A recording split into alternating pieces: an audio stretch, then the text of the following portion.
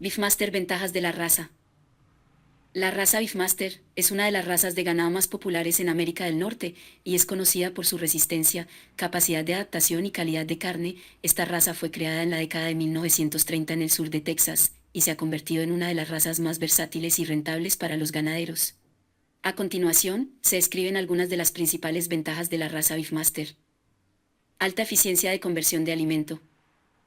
Los animales de la raza Beefmaster son conocidos por su capacidad para convertir eficientemente el alimento en carne. Esto significa que los animales pueden producir más carne con menos alimento, lo que se traduce en costos de alimentación más bajos para los ganaderos.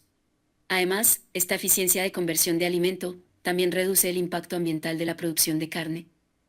Excelente adaptabilidad. La raza Beefmaster es altamente adaptable a diferentes climas y entornos. Los animales pueden sobrevivir y prosperar en condiciones de alta temperatura y humedad, lo que los hace ideales para la producción en regiones cálidas y tropicales. Además, la raza es resistente a enfermedades y parásitos comunes en las regiones tropicales. Buena calidad de carne. Los animales de la raza Beefmaster producen carne de alta calidad. La carne es tierna y jugosa, con un sabor distintivo y una textura agradable. Esto la hace muy popular entre los consumidores y puede ayudar a aumentar el valor de mercado de los animales.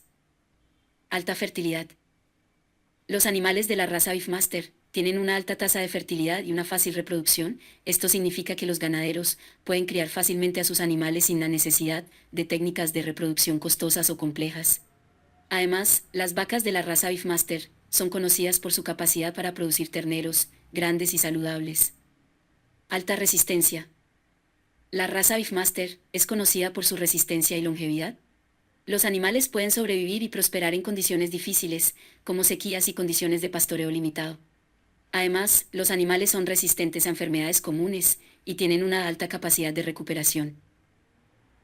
En resumen, la raza Beefmaster es una de las razas de ganado más populares en América del Norte, debido a sus numerosas ventajas: la alta eficiencia de conversión de alimento, la excelente adaptabilidad a diferentes climas y entornos, la buena calidad de carne, la alta fertilidad y la alta resistencia. Son solo algunas de las características que hacen que esta raza sea muy atractiva para los ganaderos. Si está buscando una raza de ganado rentable y versátil, la raza Beefmaster puede ser una excelente opción.